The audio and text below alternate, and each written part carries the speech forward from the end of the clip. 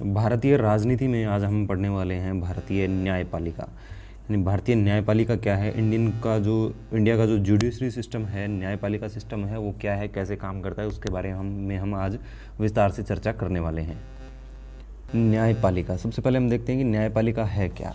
Actual में जो भारत की जो शासन प्रणाली है, वो हमें पता है कि भारत की जो शासन प्रणाली है वो कैसी है, वो संघात्मक शासन प्रणाली है। यानी भारत जो है वो राज्यों का एक संघ है, एक संगठन है, एक प्रकार का अलग अलग राज्य हैं, उनको मिला करके भारत बनाया गया है।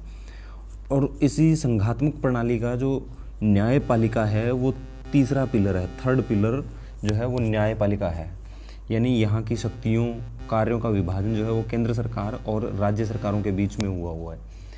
यानी जो तीन पिलर बनाए हुए हैं, संघात्मक का मतलब यहाँ पर ये है कि संघात्मक शासन होने का मतलब क्या है। संघात्मक शासन का मतलब है कि जो भी पावर हैं, उन पावर का जो इस्तेमाल है वो दो तरीके से किया जाएगा। एक तो केंद्र सरकार करेगी और एक राज्य सरकार करेगी। यानी कोई भी, न तो राज्य सरकार पूरा पावर यूज़ कर सकती है और ना ही केंद्र सरकार पूरा पावर यूज़ कर सकती है। अगर राज्य के संबंध में कोई काम है तो वो राज्य सरकार यूज़ करेगी, केंद्र के संबंध में कोई काम है तो वो केंद्र सरकार यूज़ करेगी। इसके लिए अलग अलग पार्टीशन बंटे हुए हैं। लेकिन इन सब के बावजूद भी यहाँ की जो न्यायपालिका है वो एकीकृत है। एकीकृत होने का मतलब है कि चाहे केंद्र का काम हो चाहे राज्य का काम हो, इन दोनों का ही काम है, लेकिन ऊपर जाकर के न्यायपालिका दोनों की सेम बनती है। एक ही न्यायपालिका जो है वो रहती है हमारे यहाँ पर। तो ये जो सिस्टम है ये बहुत ही एक सुपर सिस्टम है, बहुत ही अच्छा सिस्टम है। इसका क्या मतलब है कि न्यायपालिका जो है एकीकृत होने का मतलब क्या है कि पूरे देश के लिए जो सुप्रीम कोर्ट है वो एक ही है। यानी अगर इसके बात करें कि ये किस तरीके से काम करता है तो ये हम आगे समझेंगे। इसका जो ढांचा है न्यायपालिका का वो कैसा है वो भी हम आगे समझेंगे। लेकिन फ़िलहाल हम यूँ समझ लेते हैं कि अगर पूरे देश में किसी को भी हाईएस्ट कोर्ट में जाना है तो उसे अपने राज्य की नहीं बल्कि देश की एक ही कोर्ट है, जो पूरे देश के अंदर एक ही न्यायालय है, सर्वोच्च न्यायालय जिसको हम कहते हैं, सुप्रीम कोर्ट जिसको कहते हैं, वो पूरे देश के लिए एक ही बना हुआ है। केंद्र और राज्यों के लिए पृथक पृथक अलग अलग कोर्ट नहीं है यहाँ पर, कि मतलब अलग अलग जो केंद्र है उसके लिए अलग सुप्रीम कोर्ट है, राज्य के लिए अलग सुप्रीम कोर्ट है, ऐसा कुछ नहीं है। यानी केंद्र को अगर कोई किन्हीं राज्यों से है या राज्य को केंद्र से है या किन्हीं व्यक्तियों से, संगठन से कोई भी दिक्कत है तो इन दोनों के लिए न्यायपालिका एक ही रहेगी, अलग अलग नहीं होगी। और दूसरी जो बड़ी बात है वो ये है कि यहाँ पर कोर्ट के बीच में यानी न्यायालयों के बीच में जो भी पावर्स हैं उनका बंटवारा नहीं किया गया। यानी न्यायपालिका ने जो पावर दे रखी हैं वो सभी को बराबर बराबर बांट करके नहीं दी गई, उनका बंटवारा नहीं किया गया, विभाजन कहीं भी नहीं किया गया है। भारत सरकार अधिनियम 1935 के तहत 1935 के तहत एक संघीय न्यायालय की स्थापना की गई का प्रावधान किया गया था और इसके तहत भारत में एक संघीय न्यायालय की स्थापना 1 अक्टूबर 1937 को की गई थी। भारत सरकार का एक अधिनियम था 1935, उसके अंदर एक प्रावधान किया गया था कि संघीय न्यायालय की स्थापना होनी चाहिए और इसी प्रावधान के तहत भारत में एक संघीय न्यायालय की स्थापना की गई। कब की गई? 1 अक्टूबर 1937 को की गई। और इसके जो प्रथम मुख्य न्यायाधीश थे वो थे सर मॉरिस ग्वेर थे। भारत की आज़ादी के बाद उच्चतम न्यायालय का जो उद्घाटन है, उच्चतम न्यायालय का मतलब है सुप्रीम कोर्ट, यहाँ सुप्रीम कोर्ट उच्चतम न्यायालय हिंदी में कहते हैं, तो सुप्रीम कोर्ट का जो उद्घाटन है वो हुआ था 28 जनवरी 1950 को, कहाँ पर? दिल्ली में हुआ था। अब बात करते हैं कि भारत के अंदर जब सभी जो पावर्स थी उनका अलग अलग भागों में बंटवारा करने के बावजूद एक स्वतंत्र न्यायपालिका की ज़रूरत कहाँ पड़ी। ऐसी क्या आवश्यकता थी कि न्यायपालिका जो है वो स्वतंत्र होनी चाहिए, वो फ्री रहनी चाहिए। इंडियन जुडिशरी में ऐसी क्या ज़रूरत पड़ी? प्रत्येक समाज में एक व्यक्ति का दूसरे व्यक्ति से या व्यक्ति के समूहों का आपस में या व्यक्ति के समूह का जो है वो सरकार के साथ में कभी कंटिन्यू होता है, कुछ न कुछ कारणों से विवाद चलता रहता है और इसी विवाद को निष्पक्ष रूप से सुलझाने के लिए न्यायपालिका की व्यवस्था की गई थी। अब यानी न्यायपालिका की व्यवस्था जो है कोई भी कारण से जो भी विवाद चल रहे हैं उन विवादों को सुलझाने के लिए की गई थी, चाहे वो सरकार के साथ हो चाहे वो किसी और के साथ हो। और जो इस प्रकार के विवादों की जांच करके दोषी को सजा देने का कार्य करती है और साथ ही साथ विधायिका द्वारा या संसद द्वारा बनाए गए नियमों की जांच व कार्यपालिका द्वारा किए गए कार्यों की जांच भी निष्पक्ष रूप से करती है।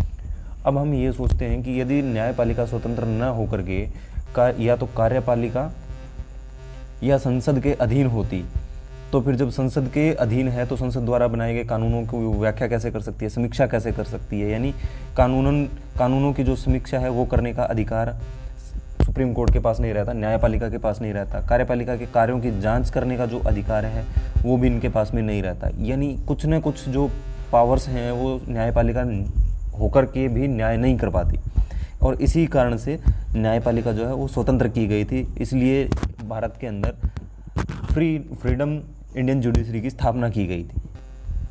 न्यायपालिका का जो आकार है, इसका जो ढांचा बनता है, एक स्ट्रक्चर अगर हम बनाएं तो वो कैसे बनता है वो हम देखते हैं। न्यायपालिका का जो ढांचा है ना, वो शंकु के आकार का होता है। यानी कुछ इस प्रकार का ढांचा जो है वो हमें न्यायपालिका का देखने को मिलता है।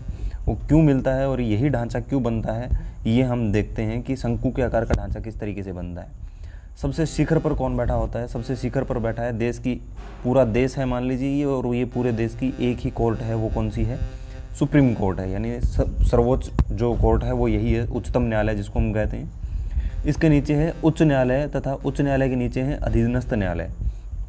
उच्च न्यायालय जो है जिनको हम कहते हैं हाई कोर्ट, एचसी का मतलब है सुप्रीम कोर्ट, एचसी का मतलब है हाई कोर्ट। हाई कोर्ट जो है वो अलग अलग स्टेट में होते हैं, अलग अलग राज्य के हिसाब से बने होते हैं।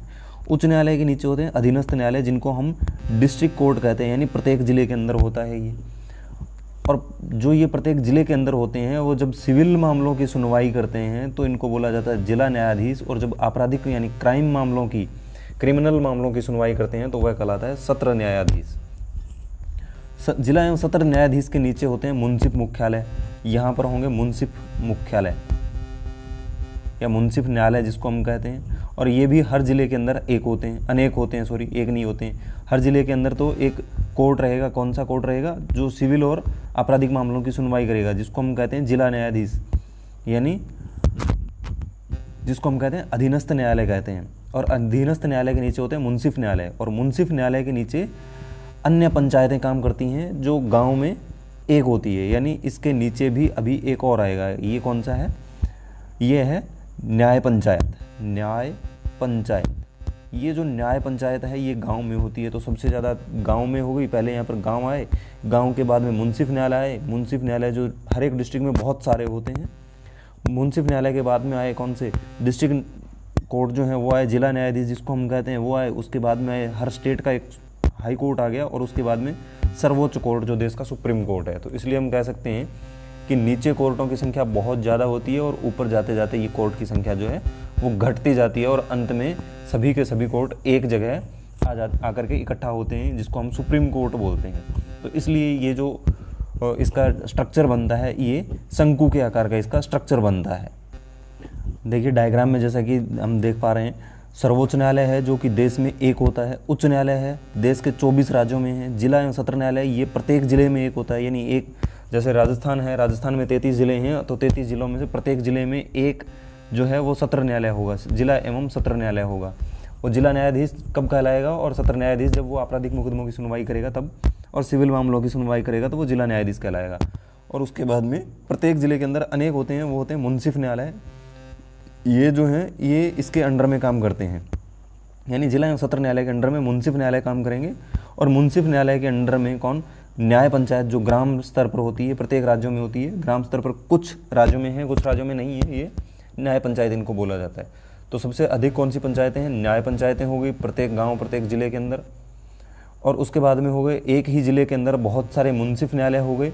उसके बाद में जिला एवं सत्र न्यायालय, जो भी पूरे अपने देश के अंदर जितने भी जिले हैं उन सभी जिलों के अंदर जो है कौन सी है?